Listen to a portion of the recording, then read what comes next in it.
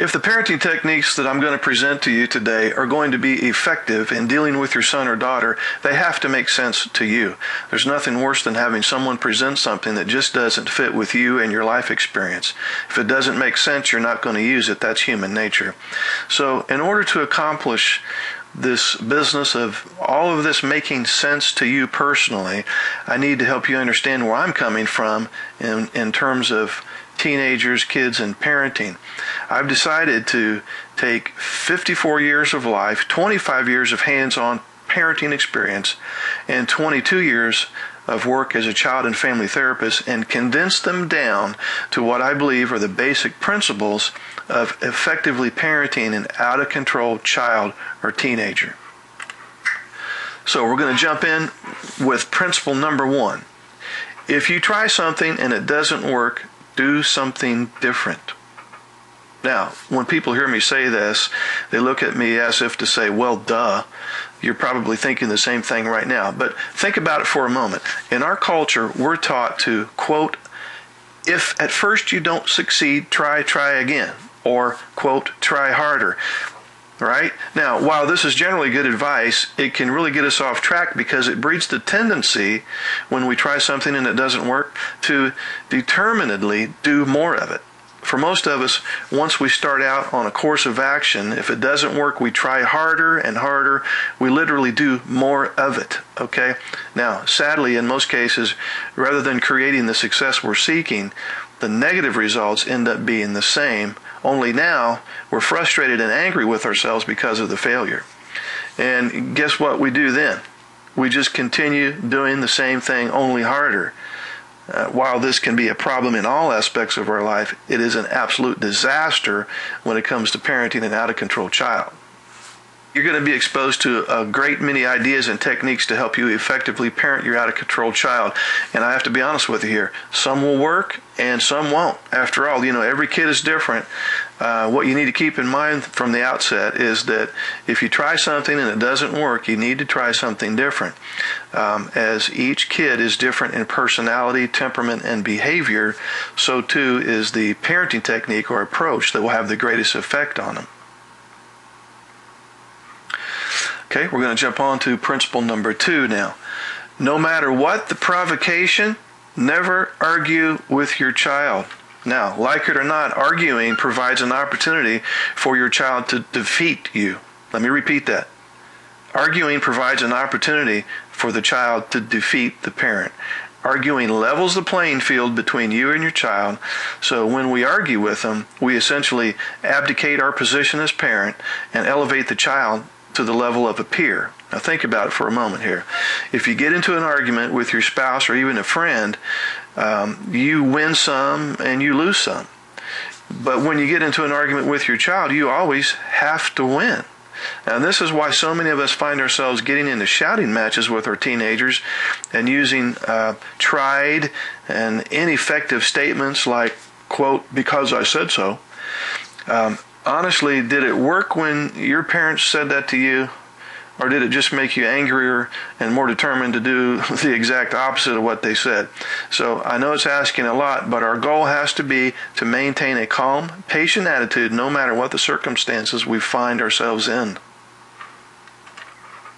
Give respect to get respect.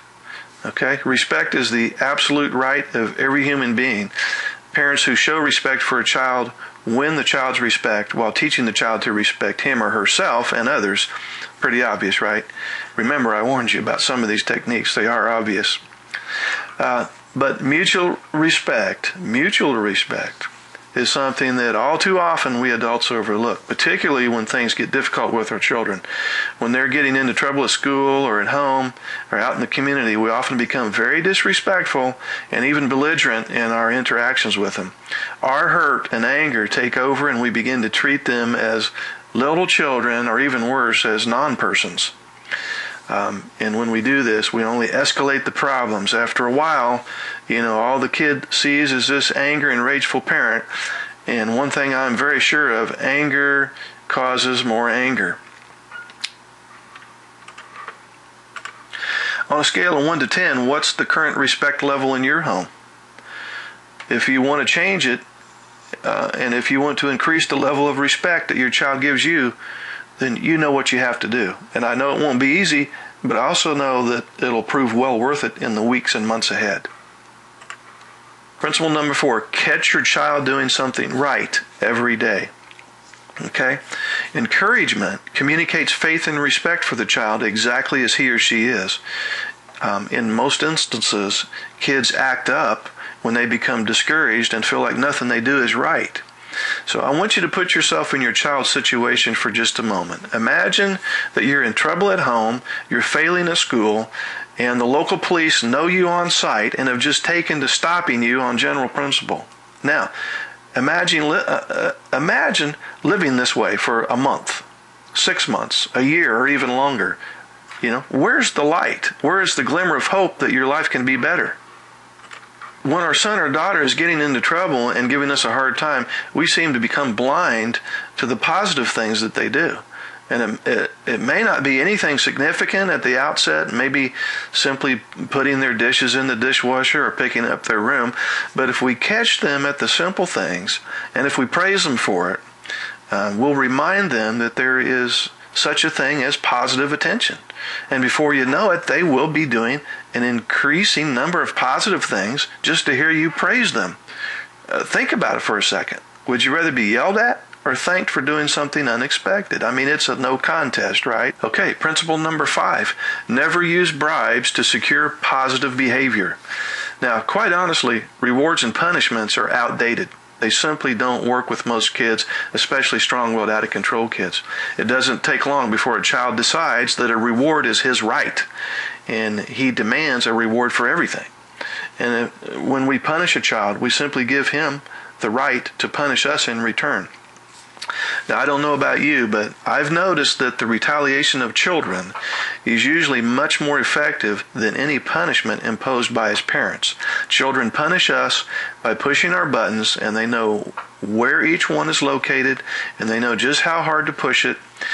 With mom, it could be coming home late for dinner, fighting with siblings.